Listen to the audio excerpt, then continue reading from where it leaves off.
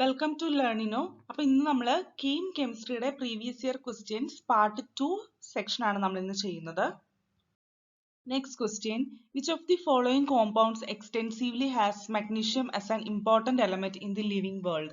Option A haemoglobin, option B ATP, option C florigen, option D ferritin, option E chlorophyll. അപ്പൊ magnesium എന്ന് പറയുന്ന element പ്ലാന്റ്സിനെ light into energy conversion help ചെയ്യുന്ന ഒരു type of element ആണ്. അത് നമ്മുടെ ക്ലോറോഫിൽ കോമ്പോണന്റിലെ ഒരു എസെൻഷ്യൽ ആയിട്ടുള്ള എലമെന്റ് കൂടിയാണ്.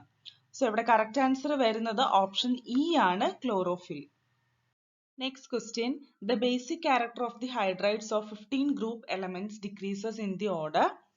ഇവിടെ 5 ഓപ്ഷൻസ് തന്നിട്ടുണ്ട്.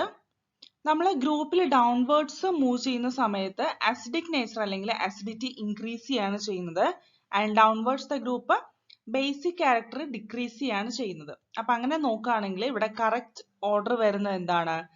ബേസിക് ക്യാരക്ടർ ഓഫ് ഹൈഡ്രേറ്റ്സിന്റെ ഡിക്രീസിങ് ഓർഡർ ആണ് ചോദിച്ചിട്ടുള്ളത് അല്ലെ. അപ്പൊ ഓപ്ഷൻ എ ആണ് ഇവിടെ കറക്റ്റ് ആൻസർ വരുന്നത്. NH3 greater than PH3 greater than ASH3 greater than SbH3. Next question, which of the following contains sp hybridized carbon atom? Option A CH3CH double bond CH3, option B CH3C triple bond CCH3, option C CH3CH3, option D CHCl3 and option E CH3CH2Cl. sp hybridized carbon atom എന്ന് പറഞ്ഞാൽ എന്താണ്? ഒരു carbon atom വേറെ രണ്ട് ആറ്റത്തിലേക്ക് ഒന്നില്ലെങ്കിൽ രണ്ട് double bond വെച്ചിട്ട് അല്ലെങ്കിൽ ഒരു സിംഗിൾ ബോണ്ട് ആൻഡ് ഒരു ട്രിപ്പിൾ ബോണ്ട് വെച്ചിട്ട് ബോണ്ടഡ് ആയിട്ടുണ്ടെങ്കിൽ അങ്ങനെയുള്ള ഹൈബ്രിഡൈസേഷൻ സ്റ്റേറ്റിനാണ് നമ്മൾ sp ഹൈബ്രിഡൈസ്ഡ് കാർബൺ ആറ്റം എന്ന് പറയുന്നത്. അപ്പൊ ഇവിടെ തന്നിരിക്കുന്ന ഓപ്ഷനിൽ ബ്യൂട്ടൈനില് രണ്ട് sp ഹൈബ്രിഡൈസ്ഡ് കാർബൺ ആറ്റം വരുന്നുണ്ട്. Okay, triple bonded carbon atoms ആണ് sp ഹൈബ്രിഡൈസ്ഡ് ആയിട്ടുള്ളത്. സോ ഓപ്ഷൻ ബി ബ്യൂട്ടൈൻ ആണ് ഇവിടെ കറക്റ്റ് ആൻസർ.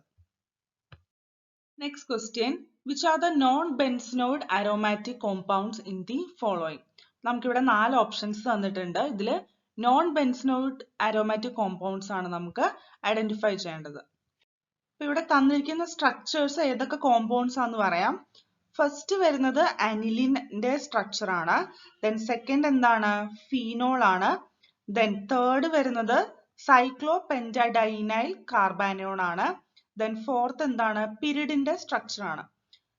അപ്പൊ നോൺ ബെൻസനോയിഡ് അരോമാറ്റിക് കോമ്പൗണ്ട്സ് എന്ന് പറയുന്നത് എന്താണ്?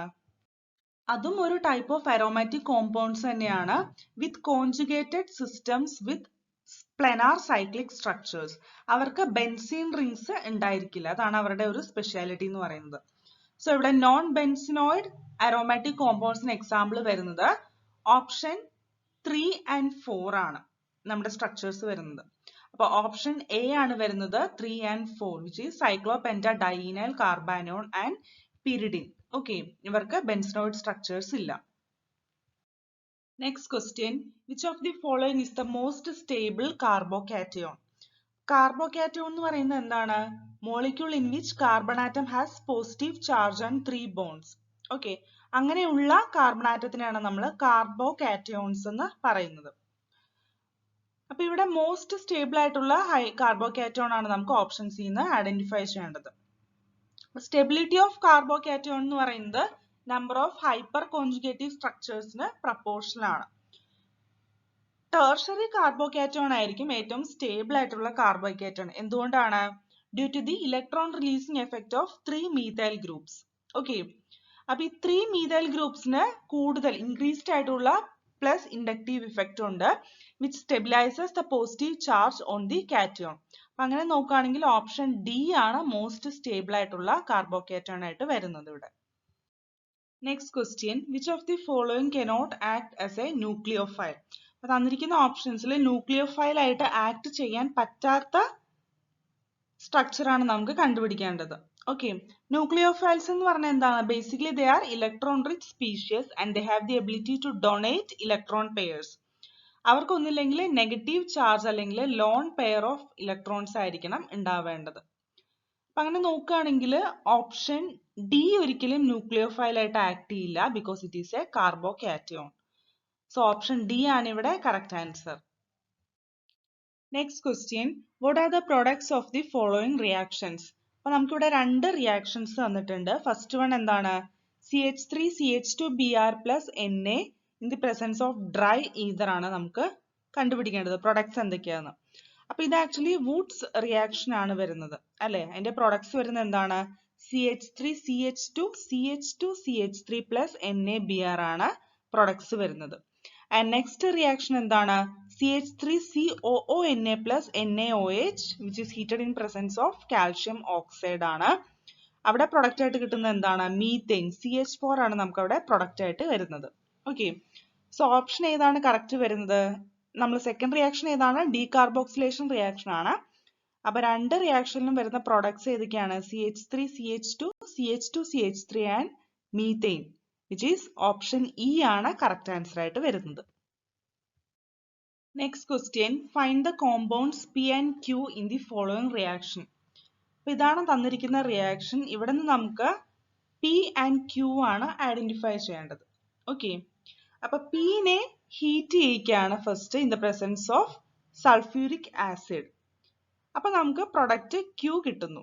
അതിനെ വീണ്ടും എന്താണ് ചെയ്യുന്നത്? ഓസോൺ ആൻഡ് Zn അല്ലെങ്കിൽ H2O പ്രസൻസിൽ അതിനെ ട്രീറ്റ് ചെയ്യുമ്പോഴത്തേക്കും നമുക്ക് അവിടെ കിട്ടുന്നത് എന്താണ്?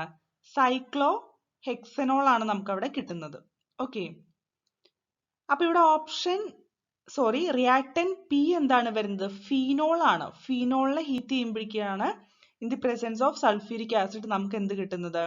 Cyclo ഹെക്സീൻ which is reactant Q. അതിനെ വീണ്ടും